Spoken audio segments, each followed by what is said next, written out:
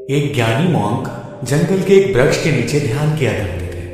वे रोज एक लकड़हारे को लकड़ियां काटकर ले जाते हुए देखते। एक दिन उसने उस लकड़हारे को रोककर कहा, सुनो भाई, दिन भर लकड़ी काटते हो और उस लकड़ी को बेच के 2 वक्त की रोटी भी नहीं जुटा पाते। तुम जरा जंगल में थोड़ा आगे क्यों नहीं जाते?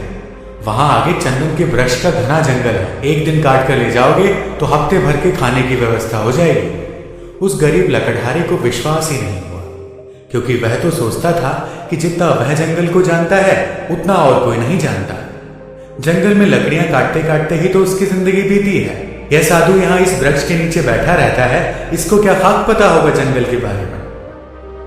मानने का मन तो नहीं हुआ, लेकिन फिर सोचा कि नुकसान ही क्या है, कौन जाने शायद वह सन्यासी ठीक कह रहा हो। फिर झूठ भी कहेगा क्यों, शांत आदमी मालूम पड़ता है, दयालु भी लगता है और इससे पहले कभी बोला भी नहीं है। एक बार प्रयोग करके देखने में क्या जाता है। साधु की बातों पर विश्वास करके वह लकड़हारा जंगल में आगे गया। जब वह वहां से लौटा तो साधु के चरणों में सिर रख दिया और कहा, मुझे क्षमा करना, मेरे मन में बहुत संदेह आया था, क्योंकि मैं सोचता था कि मुझसे ज्यादा इस जंगल के बारे में और कौन जानता है। मेरा बाप भी लकड़हारा था, उसका बाप भी लकड़हारा था। हम इसी जंगल में लकड़ियां काट काट कर अपना गुजारा कर रहे हैं। कभी ये सोचा ही नहीं कि इससे आगे भी शायद कुछ हो सकता है। मैं भी कैसा अभागा हूं, काश पहले पता चल जाता तो आधी जिंदगी गरीबी में न गुजारनी पड़ती। साधु ने कहा, कोई फिक्र मत करो, जब जागो तभी सवेरा है। अब जाओ और जाकर चंदन की लकड़ियां काटो। अब उस लकड़हारे के दिन बड़े मजे से गुजरने लगे। एक दिन लकड़ियां काट लेता, 7-8 दिन जंगल जाने की जरूरत ही नहीं पड़ती। बाजार में उसकी इतनी कीमत मिल जाती जिससे वो अपने परिवार के लिए हफ्तों के राशन पानी का बंदोबस्त कर लेता। ऐसे ही दिन गुजरने लगे। लकड़हारा हफ्ते में एक दिन जंगल जाता, चंदन की लकड़ियां काटता और जाकर उन्हें बाजार में बेच देता। एक दिन जब वो लकड़ियां काटने जा रहा था तो उस साधु ने उसे रोककर कहा, तुम जब से चंदन की लकड़ियां ही काट रहे हो, आगे नहीं गए? तुम्हारे मन में कभी यह सवाल नहीं आता कि इससे आगे भी कुछ हो सकता है? यह तो मेरे मन में सवाल ही नहीं आया कि चंदन के आगे भी कुछ हो सकता है, लकड़हारे ने कहा। साधु ने कहा, चंदन के आगे जरा जाओ तो वहां चांदी की खदान है। लकड़ियां काटना छोड़ो, एक दिन ले जाओगे 2-4 महीने के लिए हो जाएगा। अब तो वह साधु पर भरोसा करने लगा था। बिना कुछ सोचे समझे वह वहां से भागा। वहां जाकर उसने देखा तो वह हैरान रह गया। वहां तो सचमुच एक चांदी की खदान थी। वह खुशी से उछलने लगा। अब तो वह 4-5 महीने में एक बार आता, चांदी लेता और अगले 4-5 महीने आराम से रहता। ऐसे ही कुछ साल गुजर गए। एक दिन जब लकड़हारा चांदी लेने जंगल जा रहा था तो वो साधु उसे फिर से उसी पेड़ के नीचे मिला। उस साधु ने लकड़हारे से कहा, थोड़ा और आगे जाओ, वहां सोने की खदान है।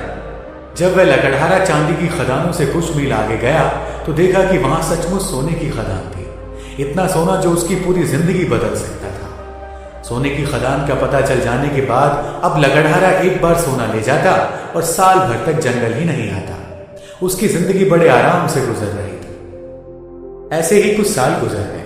सालों बाद जब एक दिन वह लकड़हारा जंगल में सोने की खदान की तरफ जा रहा था तो उसे फिर वह मोंक मिला, जो कि एक पेड़ के नीचे बैठकर ध्यान कर रहा था। जब उस मोंक ने लकड़हारे को सोने की खान की ओर जाते हुए देखा तो बोला, तुम कभी जागोगे कि नहीं, या मुझे ही हर बार तुम्हें जगाना पड़ेगा? तुम्हें खुद अपनी तरफ से सवाल नहीं उठता?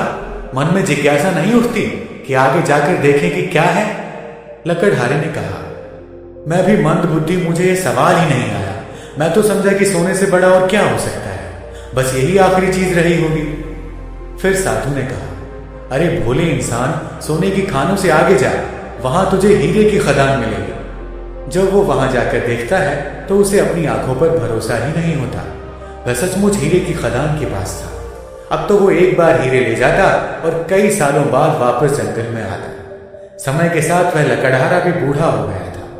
एक दिन जब वह हीरे लेकर जंगल से वापस आ रहा था तो उसी पेड़ के नीचे उसे फिर से वही साधु मिला। साधु ने कहा, अरे नासमझ, अब भी तू हीरो में ही रुक गया।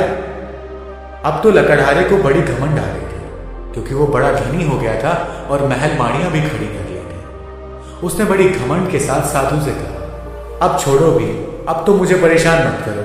अब हीरे के आगे भला क्या हो सकता है? उस मोंक ने कहा, हीरे के आगे मैं हूं। क्या तुझे कभी यह ख्याल नहीं आया कि यह आदमी मस्त यहां बैठा है जिसे पता है हीरो की खदान के बारे में, और वो हीरे नहीं भर रहा है। इसको हीरो से भी आगे, हीरो से भी बड़ा कुछ बहुमूल्य मिल गया है, तभी तो यहां निश्चिंत बैठा है। क्या तुझे कभी विचार नहीं आया? उस साधु की बात सुनते ही वह लकड़हारा रोने लगा और उस ध्यानी मॉन्क के पैर पकड़कर कहता है, मैं भी कैसा मूर्ख हूं, कभी सोच ही नहीं पाया कि जिसने यह सोने चांदी हीरे जवाहरात छोड़ दिए उसके पास जरूर इन हीरे जवाहरातों से भी बड़ा धन होगा।